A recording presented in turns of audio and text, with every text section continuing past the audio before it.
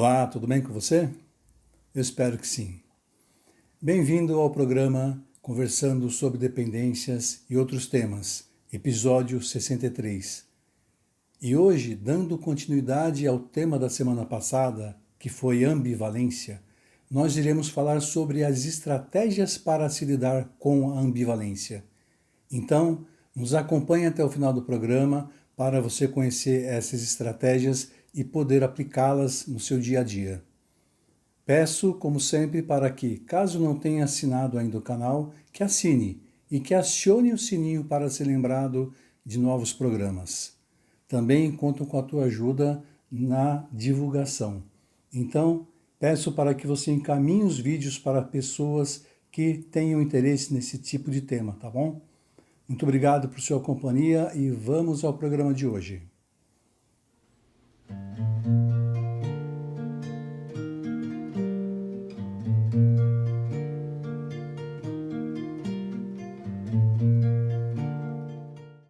Oi, Neide, tudo bem com você? Como é que estão as coisas? Oi, Paulo. Aqui comigo tá tudo bem. E com você? Como é que estão indo as coisas? Tudo tranquilo, tudo tranquilo. Prazer em tê-la aqui novamente, Neide. Sempre aqui, a gente tentando tocar o nosso programa pela frente e tentando passar aqui um pouco de mais de conhecimento para as pessoas que estão dispostas a aprender um pouco, né? Que estão abertas para aprender um pouquinho mais, né? Com as estratégias da PCC. Enfim, olha aí, eu estive pensando o seguinte, né? Hoje a gente vai falar sobre estratégias para lidar com ambivalência, né? Então, outro dia eu estava pensando assim, engraçado, né? Se alguém me perguntar assim, Paulo, qual a sua cor preferida? Eu diria assim, é a cor vinho. Mas, na verdade, eu gosto de tantas cores, né? Eu olho as cores assim e eu não consigo definir qual cor eu gosto mais. Tem uma ambivalência aí, sabe? Porque eu gosto de muita coisa. E aí eu penso assim, poxa, mas por que que eu não posso gostar de 4, 5, 10 cores, né? Qual que é o problema de se pensar assim? E parece que as pessoas têm uma concepção de que, você tem que ter uma coisa que você gosta mais, né? E eu, particularmente, tenho muitas coisas na vida, por exemplo, comida. Paulo, qual comida você gosta mais? Nossa, eu gosto de tanta coisa diferente. E para mim, se eu tiver que optar, eu falo assim, eu escolho, me dá a opção de 10, então, vai, porque aí eu consigo fazer uma lista de 10. Mas eu vou ter que deixar um monte de coisas para fora ainda, porque com certeza eu gosto de outras coisas. Então, assim, existem coisas na vida que ser ambivalente não necessariamente é ruim, né? Entende? Então, assim, você pode gostar de várias coisas, gostar de fazer várias coisas ao mesmo tempo. Você não precisa escolher necessariamente. Porém, existem coisas que, quando a gente pretende fazer uma mudança, quando a gente precisa de uma mudança na vida da gente, a gente tem que fazer escolhas, né? A gente tem que deixar alguma coisa para trás para ficar com outra, né? E eu sei que, para a gente fazer escolhas, né, as estratégias da entrevista motivacional ajudam muito, né? Para a gente ter um caminho, para a gente ter alguma forma de fazer uma escolha mais segura, né? Então, eu gostaria que você falasse um pouco, Neide, sobre as estratégias, né, dentro da entrevista motivacional ou não, que ajudam as pessoas a fazerem escolhas mais assertivas. Paulo, sempre que a gente fala em resolver a ambivalência, em fazer escolhas, eu acho que para todos os psicólogos, a primeira coisa que vem na cabeça é balança decisória. Uhum. A gente aprendeu isso e a entrevista motivacional, ela trazia, na sua primeira edição, a balança decisória como uma ferramenta importante para auxiliar na resolução da ambivalência. Hoje, a gente já sabe que, né, depois de 30 anos, né, de 3 décadas que está se falando de entrevista motivacional, até mais do que isso, a gente sabe que a balança decisória, na verdade, ela não é tão eficaz na resolução da ambivalência como a gente pensava antigamente. Então, assim, o que funciona hoje na entrevista motivacional? A entrevista motivacional é um estilo de conversa, né?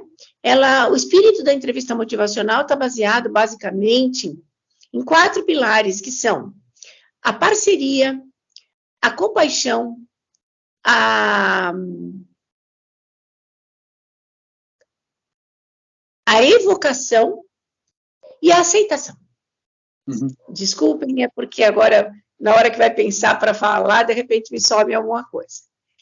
E, na verdade, esse é o espírito da entrevista motivacional. Então, como que deve ser o entrevistador motivacional? A primeira coisa, ele deve aceitar a ambivalência como uma situação normal, né?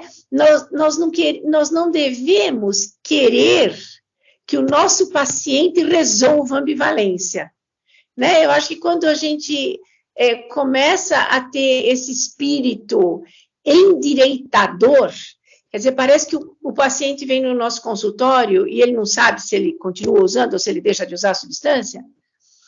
Parece que nós teríamos que fazer esse papel e ajudá-lo a escolher. Assim, como se a gente fosse endireitá-lo, que ele fosse escolher a coisa certa, que em geral é a coisa que a gente acha que é a coisa certa. Uhum. Né? Então, lógico, vai falar para um especialista em dependência de substâncias, é melhor usar ou não usar? É melhor não usar, né? Já que o uso traz prejuízo. Então, a primeira coisa seria aceitar essa pessoa, aceitar o momento da ambivalência dela, não entendendo essa ambivalência como um obstáculo. Praticar com esse paciente, com esse cliente, aquilo que a gente chama de parceria, estar junto com ele, estar do lado dele, né? Não forçá-lo a tomar uma decisão, né? Isso também é muito bem explicado pela prática da compaixão, que é quando eu aceito você do jeito que você é e me coloco ao seu lado, à sua disposição, para te auxiliar a pensar em outras alternativas de mudança, se você quiser mudar. É interessante a gente sempre pensar a entrevista motivacional não como uma luta com o paciente, onde você luta com ele para ele fazer uma escolha, mas como uma dança, né? Acho que a gente sempre tem que pensar na nossa relação com o paciente, se aquilo que está acontecendo entre você e o paciente é uma dança, ou se você está forçando alguma coisa com ele. E, por fim, talvez o processo mesmo seria de evocação, quer dizer, tirar do paciente quais as razões que ele tem para fazer alguma mudança, a que ele quiser. Não a que nós decidimos que ele teria que escolher. Porque eu acho que a grande questão está aí, né? Parece que a gente que quer escolher o que é melhor para ele, e isso faz com que a coisa não saia de dentro para fora, no caso dele. Muitas vezes é uma coisa que a gente acaba impondo de fora para dentro. Nesse caso, a mudança corre o risco de não se manter. Né? Por quê? Porque não é genuína, não aconteceu de fora para dentro, de dentro para fora, perdão. E aí você vai falar para mim, bom, Neide, e se você conseguiu, através da conversa, estabelecendo com o seu paciente um movimento de uma dança, onde vocês dois caminham juntos, e ele conseguiu fazer a mudança, a balança decisória, ela não tem que ser utilizada? Não, a balança decisória, ela tem grande função quando a mudança já foi feita. Quando a escolha, o caminho foi feito. A escolha do caminho foi feita. Então, para que serve a balança decisória? Para confirmar essa escolha. Né? Então, sempre é aquela pergunta que a gente faz para o paciente. Tá, e aí, como é que foi essa semana? Você teve algum lapso? Você está sóbrio? Né? Você manteve a abstinência? Assim, mantive. Tá. Quais os prós e os contras de você manter essa condição? O que você ganhou ficando sóbrio? O que você teria perdido se você tivesse usado? Então, veja, eu vou fazer a balança? Vou. Mas a balança vai ser utilizada grandemente e fortemente quando a decisão já foi tomada para a manutenção da mudança. E aí eu tenho meu paciente que resolveu a ambivalência dele, fez uma escolha e, através da balança decisória, ele vai reforçar a escolha que ele fez. Perfeito. Acho que é isso. Uhum. Neide, tem uma coisa, um processo que acontece, que é de dentro para fora, né? Eu explico muito para os pacientes. Por exemplo, existem desejos que as pessoas têm, ou ela tem determinados comportamentos, que são determinados pelo inconsciente, pelas nossas crenças, né? Então, muitas vezes, por exemplo, o paciente ele busca a bebida para lidar com alguma emoção que é gerada por conta do inconsciente ter sido ativado, né? Uhum. E existem assim, é difícil de explicar, mas esses desejos internos a gente não tem acesso, né? Esse movimento que as crenças acionadas geram, muitas vezes a gente não consegue entender. Mas trabalhando com o paciente, trazendo os conteúdos internos, né, para fora, muitas vezes a partir daquele momento o paciente ele começa a apresentar alguns comportamentos diferenciados, né? Ele começa a fazer, ao invés da escolha A, que ele fazia sempre, ele começa a fazer a escolha B. Porque aconteceu uma mudança interna que ele nem está consciente que aconteceu, né? Então, muitas vezes a ambivalência ela é resolvida não só você oferecendo caminhos para o paciente, mas fazendo com que ele se conheça, né? Então, né, a partir do momento que esse conhecimento provoca uma mudança interna, ele começa a ter comportamentos diferentes também, né? Se a gente pensar, Paulo, que o uso de substância é uma estratégia compensatória, e que a estratégia compensatória ela visa a gente ter condição de lidar com as nossas crenças, se você fizer a mudança da crença, automaticamente a sua estratégia compensatória também pode ser modificada. Então, o paciente mudou a crença sobre ele, né, sobre o mundo, sobre os outros, ele talvez não precise mais usar a substância como uma estratégia compensatória.